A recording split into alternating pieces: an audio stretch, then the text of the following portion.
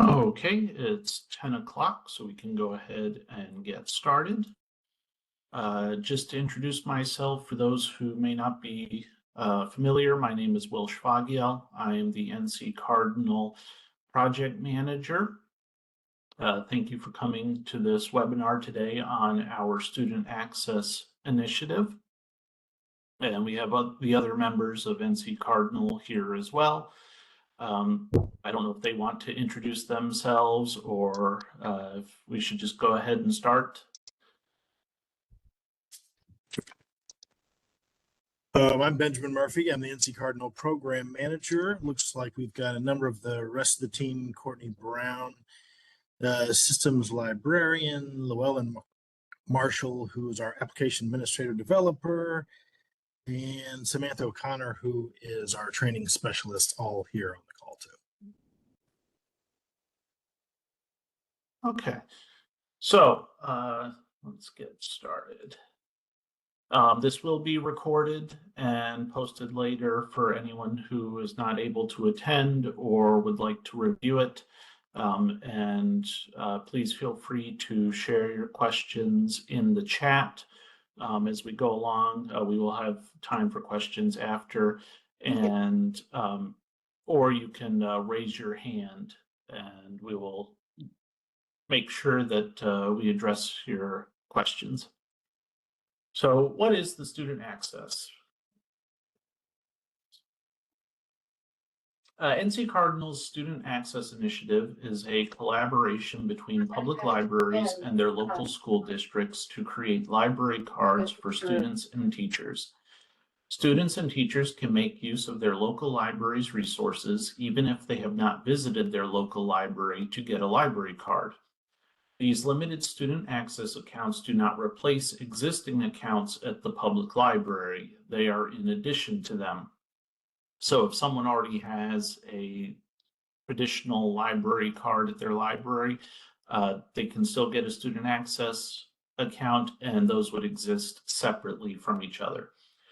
Student access accounts use the student ID numbers as their usernames, so students can log in using information with which they are already familiar. How can these accounts be used? These accounts provide access to electronic resources that are provided through the local public library. Students are given access to statewide online library resources across the consortium. They also have access to locally purchased online research databases and other e-materials, specifically e-books and e-audiobooks. They can also use their student access account to check out physical materials at the local public library. Generally speaking, there is a limit of 10 items. Books and audiobooks are allowed, but videos are not. And for the limit, it would be like if they checked out 10 books or 10 audiobooks, or a combination of the two, totaling 10 out at once. They are only allowed to check out local materials. They cannot make resource sharing requests from libraries outside of their library system, so like other county libraries.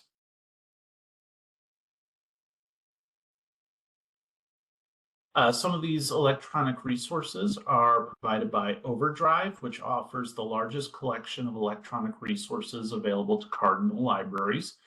The North Carolina Public Library Directors Association has established 2 collections available to all public libraries: the NC Kids Digital Library and the NC Kids Level Up Library. Some NC Cardinal libraries are also a part of other groups that provide additional Overdrive content, such as NC Digital and e-Ink. Other online resources that may be available to student accounts from different libraries, depending on what their libraries offer, include NC Live, Films on Demand, Ferguson Career Guidance Center, ProQuest Central, Sears Issues Researcher, Gale Literature Resource Center, Transparent Language, EasyBib, and Purdue Online Writing Lab. Student access accounts have specific circulation policies, which are set up by NC Cardinal. These accounts, as I mentioned, can check out up to 10 books or audiobooks, and videos cannot be borrowed. Hold policies will not allow these accounts to place holds on materials from other libraries.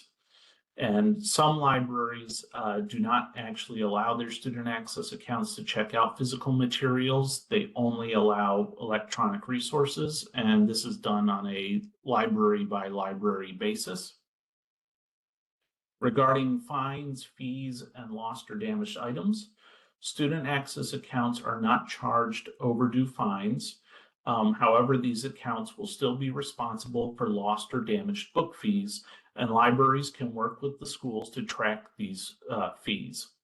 Student access accounts can be blocked based on the library's current policies. So, for example, if a student access account exceeds the lost or damaged item fine limit of their library, they can be blocked from checking out materials based on that library's policies. I won't go through all of these, but this is a list of the participating library systems currently.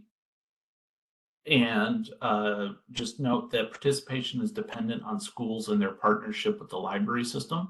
It is possible that a school within a library's proximity or district may not be currently participating in the initiative.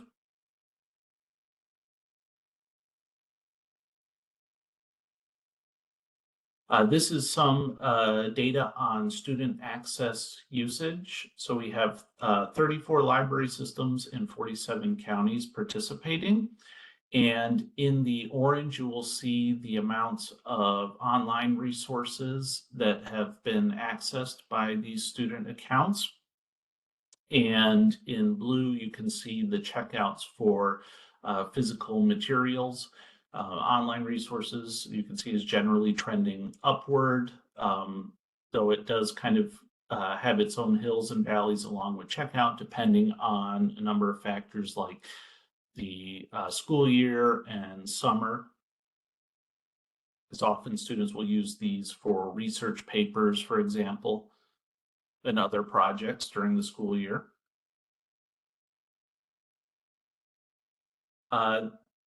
For the past fiscal year, we had 557,586 student access accounts. Currently, or at the time, only 2.3% of those checked out materials, while 5.9% were used to authenticate, meaning that they accessed e-resources or accessed computers at their library.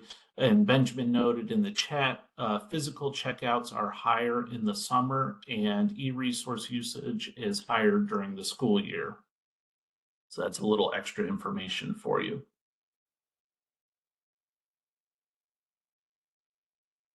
And how can you promote student access? We recommend setting up times to meet with school personnel to make them aware of the program and to request their assistance with implementation and usage.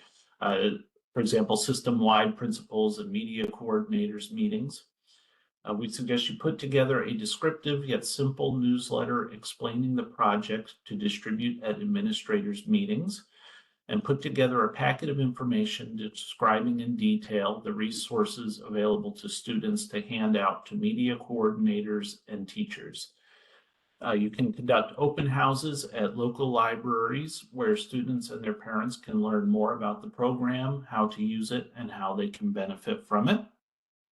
Other opportunities include school open houses lunch hours at schools, curriculum nights, fall festivals, and sporting events. And Iredell County Public Library provided us with some examples of materials that they use to help advertise student access and instruct users on its benefits and how to use it. This is a brochure that they hand out. It gives information on some brief FAQs here, like what the student ID number is, what the PIN number is.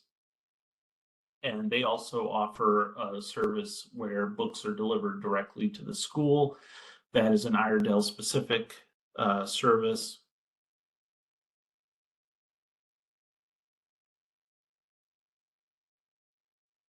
This is the brochure from the other side, offering some more information. You'll notice here Iredell lets students check out, for example, up to 25 items. That's an Iredell specific policy. As I previously mentioned, typically student access accounts are only allowed to check out up to 10 items.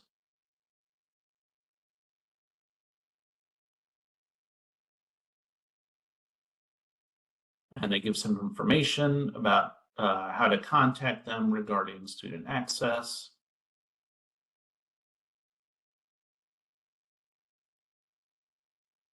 Another handout about the different services offered and where you can access the electronic resources.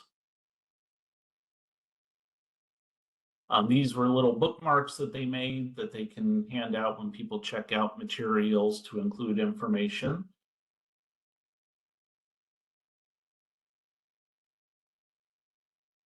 So if you want to set up student access, there are a few steps you have to go through. The school system and the local library draft and sign a memorandum of agreement. The school system provides the opportunity for parents to choose if an account is created for their child. They can be provided with an opt-in or opt-out letter to fill out. The school system sends NC Cardinal a data feed of students that should have library accounts. NC Cardinal creates or updates existing student accounts at their local public library for the current school year.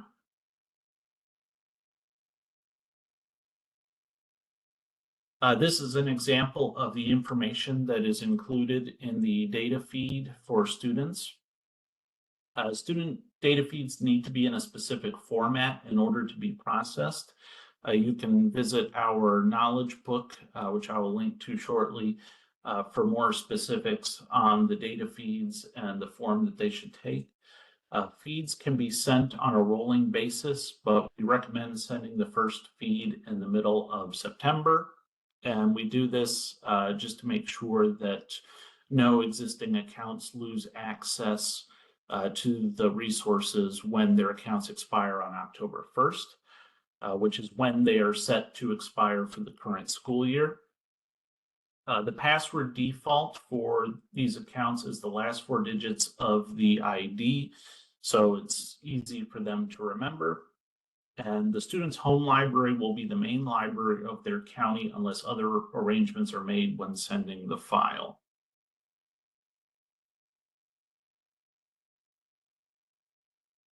Regarding data privacy, to protect the privacy of the data, library systems can submit the data in one of 3 ways. They can submit a password protected Excel file via email and then call the appropriate NC Cardinal staff member, which will be myself, on the phone to provide the password. Or they can place the data into a private Google Sheet and then share the sheet only with me. Or they can actually generate and upload the data files directly themselves. And instructions and assistance for this would be provided by us to help get them started. So they wouldn't have to send any of the data to us first. They could just go ahead and upload it directly themselves.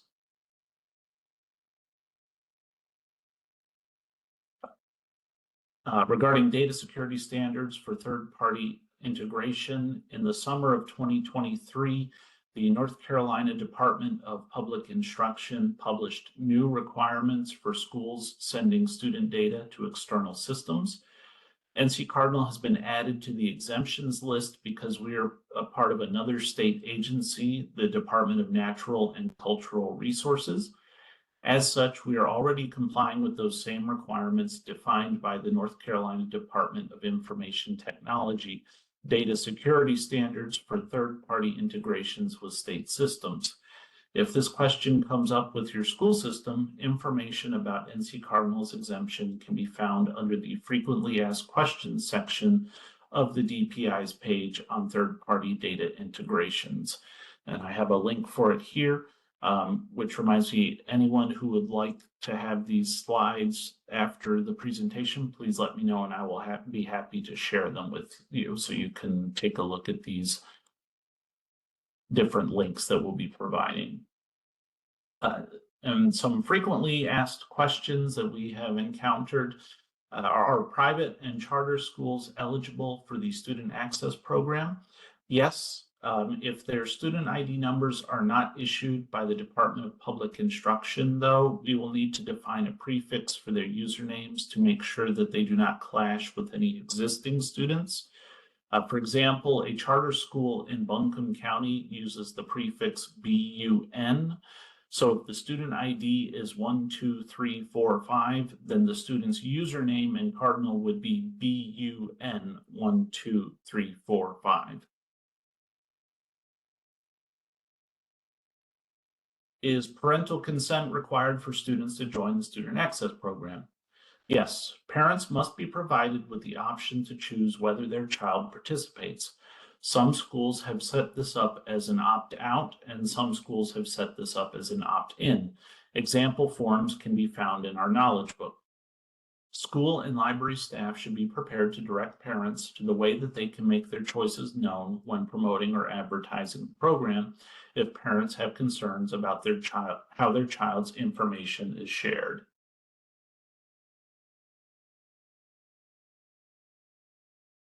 Are the electronic resources available to students segregated by age or grade level? No. Student access accounts have access to all of the electronic resources available from their public library, regardless of age level, grade level, content, and so on. There is not a mechanism in place to restrict what is available based on age. It is the responsibility of the parents to determine what they feel is appropriate for their children. NC Kids, however, has segmented their collections based on target age. Content intended for grades 4 through 8 has now been moved to its own separate collection called NC Kids Level Up. But student access accounts will still have access to both NC Kids, the standard collection, and NC Kids Level Up. Who curates and maintains the collections of NC Kids Digital Library, NC Kids Level Up, North Carolina Digital Library, and e-ink Library? The North Carolina Public Library Directors Association, or NCPLDA, curates the content in NC Kids Digital Library and NC Kids Level Up. The libraries that are a part of NC Digital and e-ink determine the content of those collections. Let's see, had a question in the chat. Several teachers in our counties have requested student access cards. Do we request that data to be included from the contacts in the schools, or is that allowed? Yes, and Benjamin noted we're happy to set up accounts for teachers. Their data can be sent with the student feeds or a separate feed. It's not just students that can be enrolled in this initiative, teachers can be as well, and they would use their teacher IDs as their usernames. Some resources we have are, as I mentioned, we have the Student Access Initiative Knowledge Book that provides more in-depth information on all of this process, instruction steps. Student access documentation, we have example memorandums of agreement, an opt-out letter that's also available in Spanish, an opt-in letter that is also available in Spanish, the student file template for sending the data and collecting it. And some libraries have shared their LibGuides for how they promote and access student access. And that is the end of the slides. Just checking sending them in a feed would be very helpful. Yes, we definitely accept teacher accounts. Let's see, another comment, the Parents' Bill of Rights requires opt-in, so opt-out should not be an option. And Benjamin noted that libraries and local school districts create memorandums of agreement setting out the guidelines for their participation and can review the Parents' Bill of Rights and determine how to comply with the law.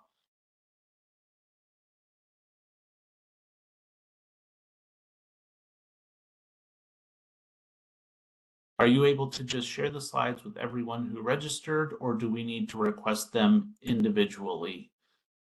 We should be able to share them with everyone who registered because the emails that were sent out for registration, we can send them to everyone.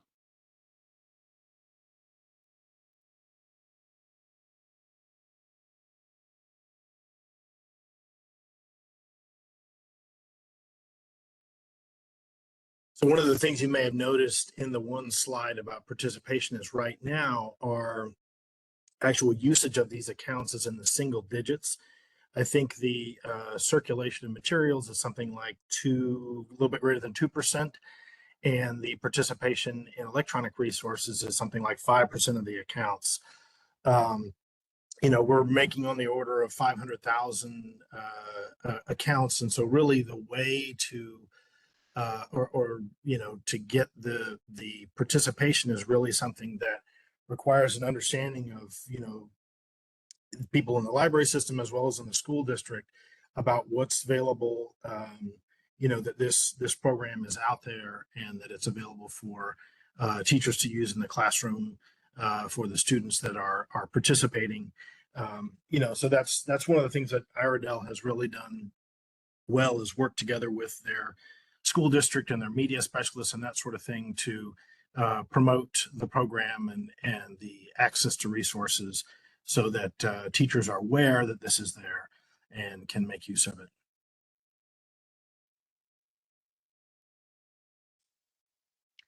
Other questions? And that Matthew? was one of the things we kind of wanted to, hear from you all is any suggestions or ideas you might have about how to promote this, how we can get that information out there to everyone. And I'll provide the links from the slides in the chat as well. Let's see, Matthew Kelly raised his hand. Yes, sir. So at my library, we had attempted a similar initiative a few years back, but we ran into an issue where there were multiple schema for the student IDs. How would that be an issue? Do we need to like standardize that, or have you worked on something like this before? In general, the IDs that are issued from the Department of Public Instruction are all coming from a single pool of numbers. The numbers vary widely. Some of them are like 12-digit numbers. Some of them are 7 or 8-digit numbers. So it really, kind of goes all over the place, which is why it makes it difficult for using sort of barcode prefix or something like that for authentication. As long as they are issued by the Department of Public Instruction, they should be all unique to your users. If, as Will was mentioning, they're coming from a charter school, we've even facilitated homeschool students, that sort of thing. Those accounts, sometimes we have to actually say, okay, students from this charter school, you need to add these 3 characters to the beginning of your logins when you log in order to be able to not step on accounts from other public DPI accounts. So yeah, it has been something that we've had to deal with before. especially with people that are coming from charter schools and things like that, private schools.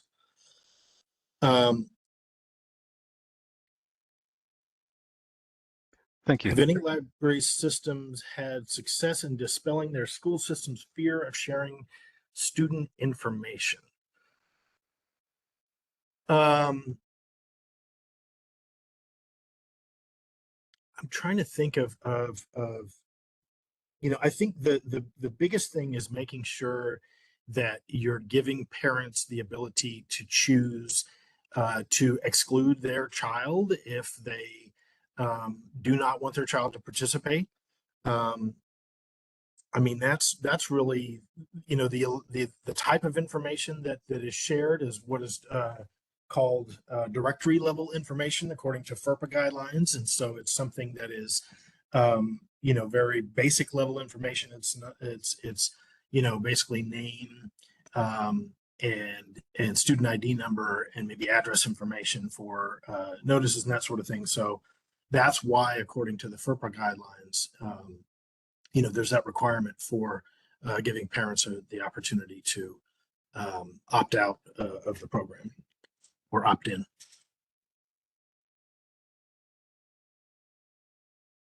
Christopher saying teachers have asked for it as well. Yeah, we're happy to set up other support folks in the school. We're happy to set them up as well. Will sharing some good links here. Naomi saying, I'd love to see some examples of how schools and libraries are making use of these accounts. I need some training on how to make use of the program in order to give this knowledge to teachers and help them use it in the classroom. Is there specific training available? Are there folks out there willing to share how they use it with students? I'm at a small charter and we do not have library training. So I think some of the resources that Will is sharing there may be helpful. Iredell, again, was one of the first libraries to really go live with this, and they've had a strong use of it. And so other than those kind of things that we share there, we don't have, but we would welcome any feedback from other people who have implemented it and or have suggestions about what's worked well in their school system. Is this based on IP in any way that only works at the school or anything like that? No, this is something that is this is similar to this is basically works. It's not IP restricted. Oh, Kathy, my question is more about the school system's fear of data being used nefariously or breached.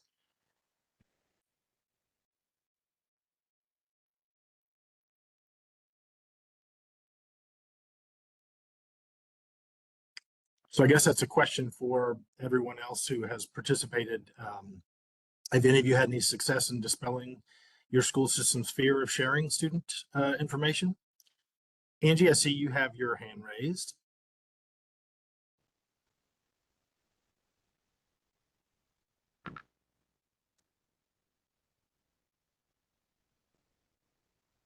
Angie, if you're trying to speak, we can't hear you, but feel free to, looks like you're unmuted.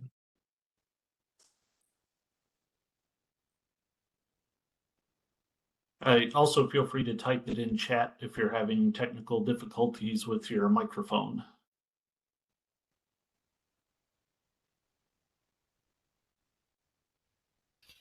Hey, can you hear me? Yeah. Okay. Yes.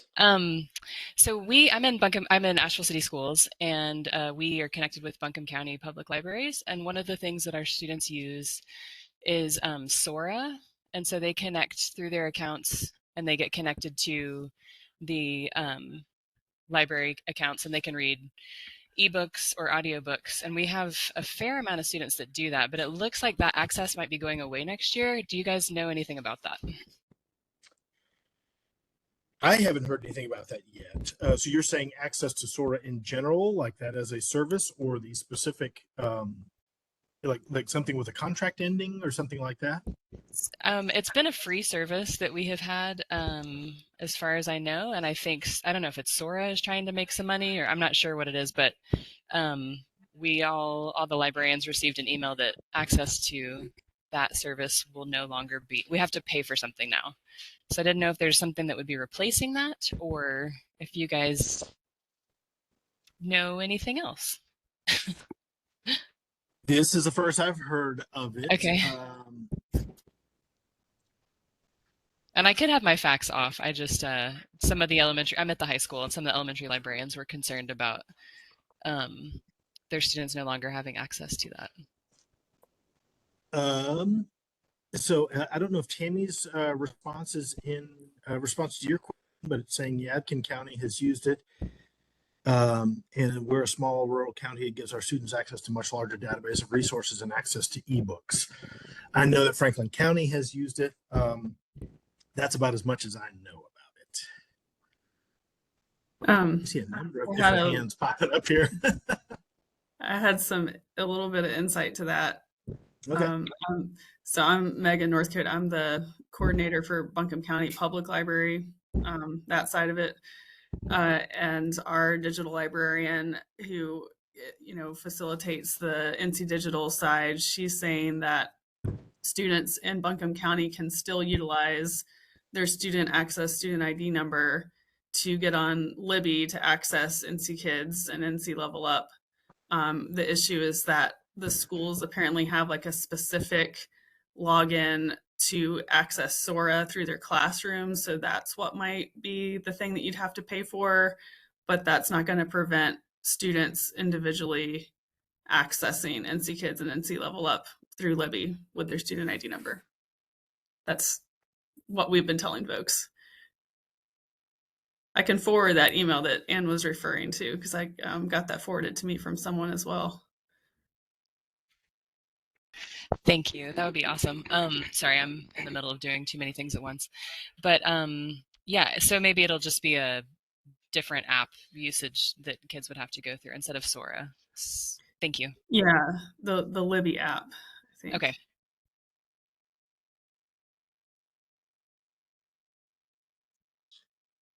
It looks like Angie typed in her comment, said Benjamin was able to direct Pitt County schools to the third-party acceptance of Cardinal and student access that helped them be more accepting of sharing student information.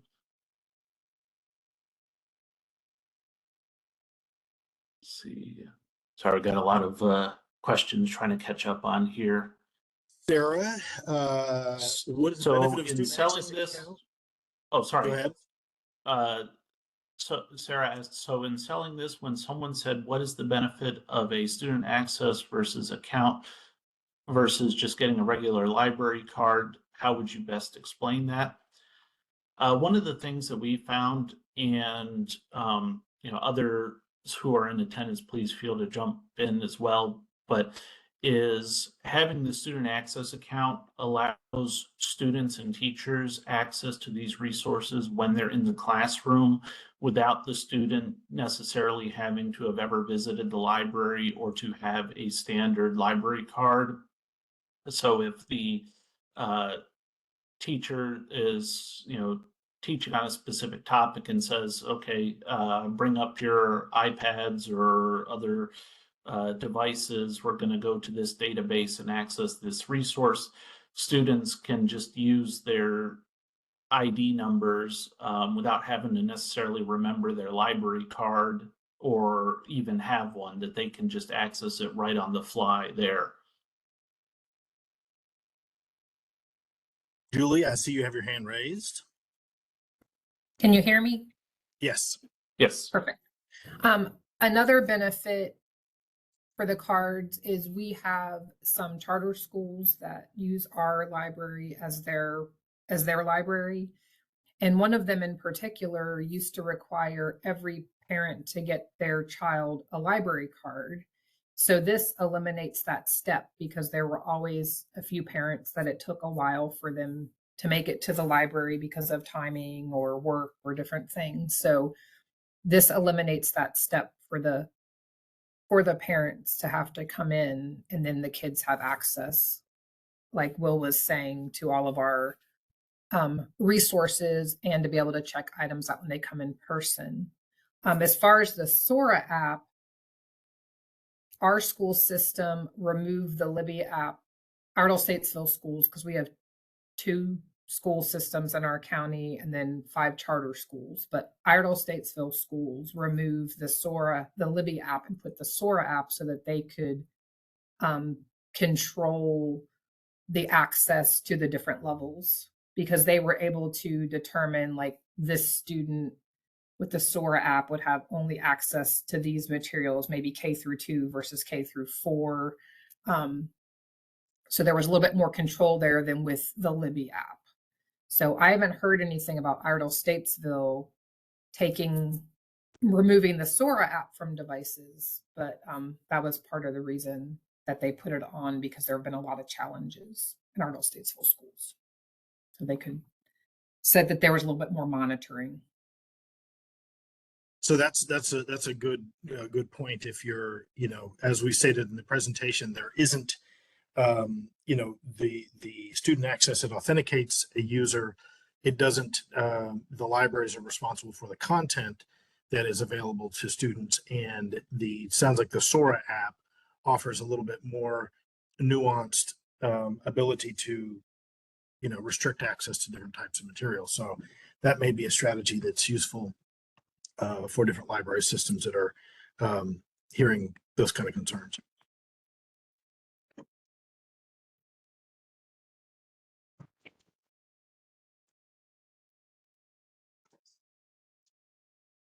Let's see, just checking back through. B. Butler said, Rockingham County, we actually purchased Sora resources for our district, and we currently have access to NC Kids and NC Level Up. I haven't heard of any type of loss of access. Sarah was thanking Julie.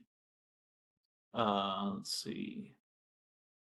And Sarah asked, can a student walk into a library and check out with only their student access number? Yes. They wouldn't be able to check out any videos, but they could check out physical books or audiobooks.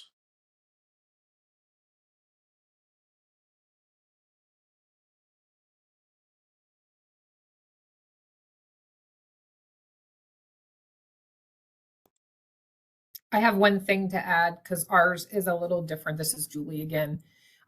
Ours was so successful with the 10 checkouts that we upped ours to be 25. So our students can have up to 25 items out on their student access accounts.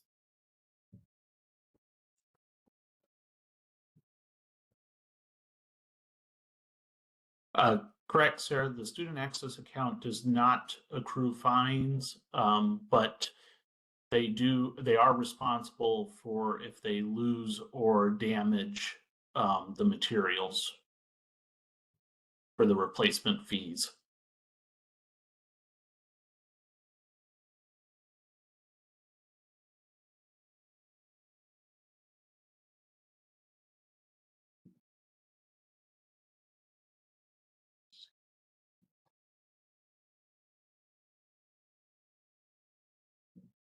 Tracy's saying 2 of the 3 counties in our regional system are not participating in student access due to the Parents' Bill of Rights. Will there be a statewide decision on this issue? Basically, that is up to the school districts and the library systems to determine how to be compliant with the law. I don't know that that's really the responsibility of the school districts to determine compliance with that. Sarah's saying it doesn't, it doesn't accrue fines. Is that set by each county? That's something that is across the student access accounts as a whole. These accounts are fine free. I think part of the logic of that was that because there's sort of a different relationship with sort of a parent walking up to the counter with their child and saying, I'm going to be responsible for this thing, for the behavior of my child and whether or not they're returning materials. And so there's kind of the parental responsibility for those fines. And with the student access accounts, the decision was made early on to just make these be fine-free accounts, but to restrict the total number of items that they can check out and to not provide resource sharing, so that it really is just the local system that they're making use of.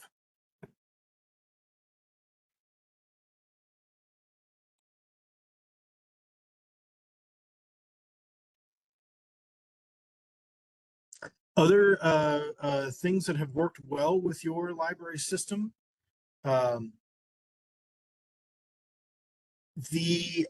Miranda, your question, if a student has a regular account and a student access account, it's possible that, I mean, in general, these things are not linked under group member details. And so it is possible that a student could accrue fines on one and not come up, not be sort of blocked on their other account. The way that pretty much you would find that is by searching for the student's account. But that these accounts are not like associated with each other in the database. So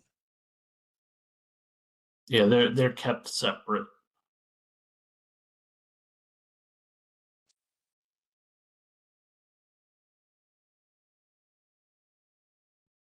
Other suggestions that people have for what has worked well in working with their school system to promote this, or that sort of thing? When using the Libby app, you have to watch which account you're logged into. My daughter had to watch whether she was logged into her library card or with her student access. Interested to learn more. What were the implications of which account she was logged into, Tammy? Justin, we've always had the best results with going to schools in person and demonstrating resources like Libby and NC Live resources directly to students. It's a little more difficult to schedule, but well worth it, and the increase in usage we see by doing this. Yeah, I think it's getting the teachers, media specialists, that sort of thing. They've got so much stuff coming at them. I think letting them know, connecting with them and sort of getting on their radars is. Was Tammy saying she lost access with student access and found some limitations of what she could access? Okay.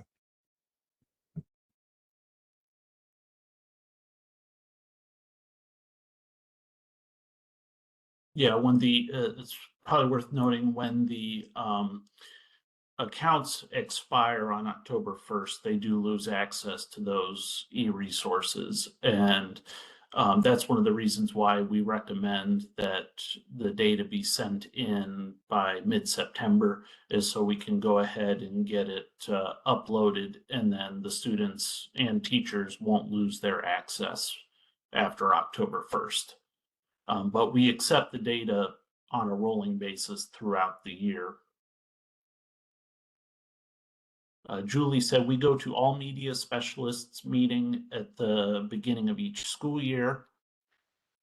Christopher said the Lee County School District uses Peach Jar to send out digital flyers. We are able to get one free flyer per month and use one in September to notify parents about student access.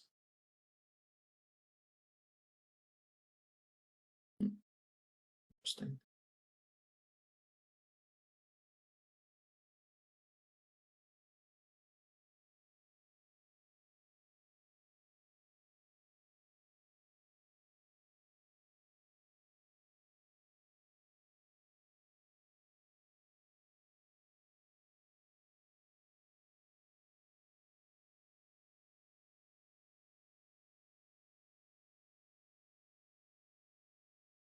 Interesting. So Tammy's saying they had to set up a generic account for each school since we have a transit population. We use generic access until we send in the updated accounts. And, as Will said, we can take those updates at any point. Some library systems have them delivered automatically, or school districts, have them set up to do through secure file transfer protocol. And so that's a way where they're just really hands off. All they need to worry about is which students to exclude from the program and then the feeds go across, and then it updates the accounts.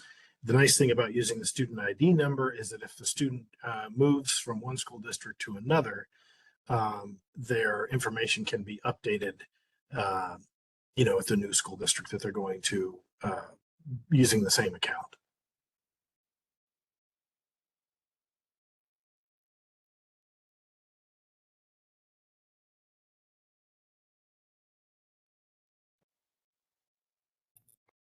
This is Julie again. Another thing that we do is if the school systems have new students, our procedure, like with Ardell Statesville schools, is that the media specialist from that school contacts our youth services manager and will put in any students that have transferred in, so that way they have access, because it's usually just just one or two here or there. So we'll add them, but we have a procedure for that with like a form, so they can just send us the students' information that's on their record. And one thing that I will mention in terms of managing these accounts in the system, we've had some instances where library systems have merged the regular account and the student access account, or commingled them or done things like that. And we want to avoid that, because the ones that are student access accounts are all just managed by the feed. And so if you start putting other barcode numbers on there, that sort of thing, it will gum up the ability to update those accounts or deactivate them when the time comes due. So just remember to not, if it's a student access account, you can update the address or that sort of thing, but it's going to be overwritten next time the feed comes through. Just don't sort of turn it into another juvenile account or juvenile limited or something like that. It's, if you need to shut it down, you can do that, but turning it into something else will cause headaches in the future. That tends to be one of the most common issues when updating the student access accounts each year, is we inevitably come across several that have been mistakenly merged with standard library card accounts. And that prevents the student access account from being updated properly. And so essentially what has to happen is a new separate account has to be created for that library patron.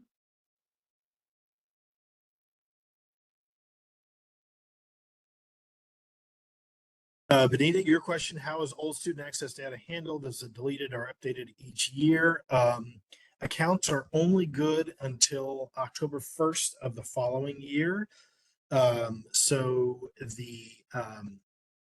they are not updated in the system by a new feed the following year, they will become expired and then eventually inactive. So we can purge those accounts at the request of libraries. So if you want us to get rid of old accounts, we're happy to do so, to scrub old ones. But basically, we rely on libraries to tell us what they want to do.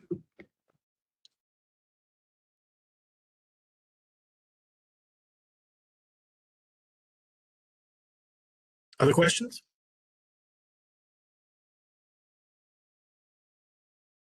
Okay, Benita, if you can send in a ticket, we're happy to do that for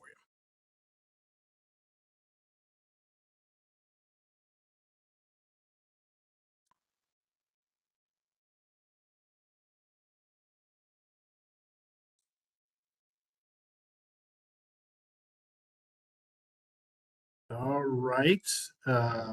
Well, we appreciate you too, Benita. Thanks everybody for attending today. We appreciated your being here and asking all of these thoughtful questions and such.